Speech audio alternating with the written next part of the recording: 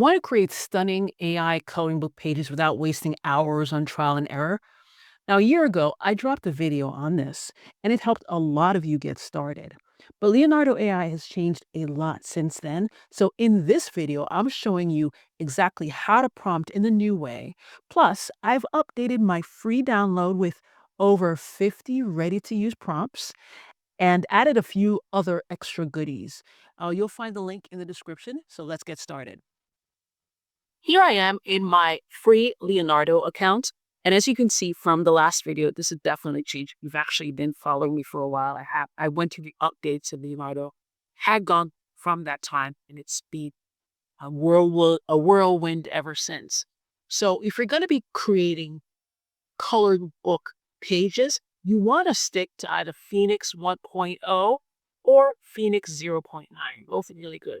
When it comes to the other ones, the images of the coloring book pages, they tend to actually look more like illustrations than coloring book pages. Phoenix really adheres to the prompts. So if you go to Phoenix 0.9 or 1.0, you are going to face a lot less frustration. The others are great. They have fantastic reviews, but that kind of fighting a little bit to actually get them as a coloring book page. Now, I'm going to actually put in a new prompt for this one. So let me go ahead and do that. Now, this is a coloring book page, a map of the world with animals, black and white, landmark, black, black. All of these are roughly the same format, but whenever you put it into Phoenix, it actually enhances a prompt on its own.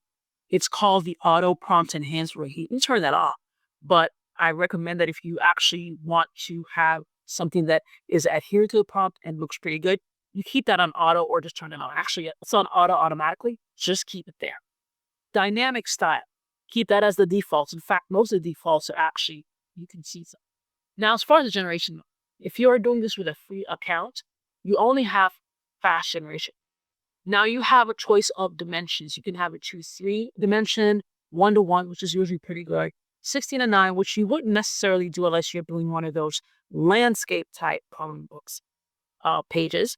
And then you have custom. Here you have the opportunity to choose the kind of size that you want. You have desktop, which is already ranked here. You can do Instagram, Twitter, all these different sizes. So choose the size or the dimension that best fits your coloring book.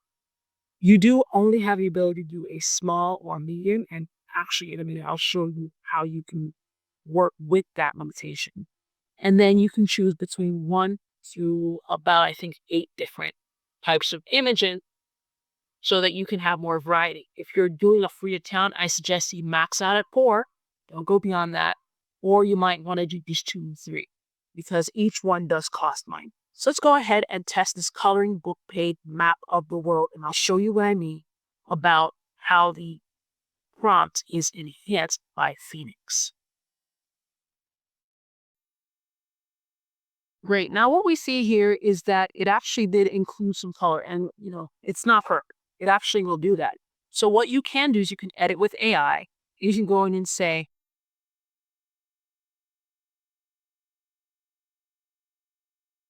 you can go ahead and choose just a couple of these.